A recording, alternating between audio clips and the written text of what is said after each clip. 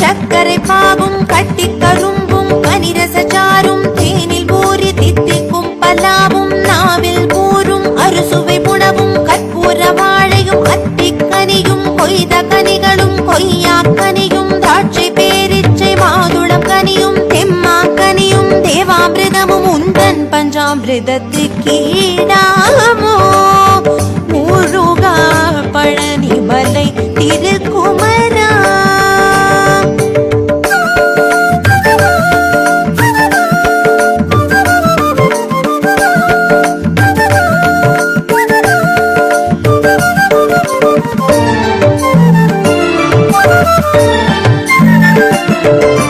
குழலின் ஓசையும் யாழின் இசையும்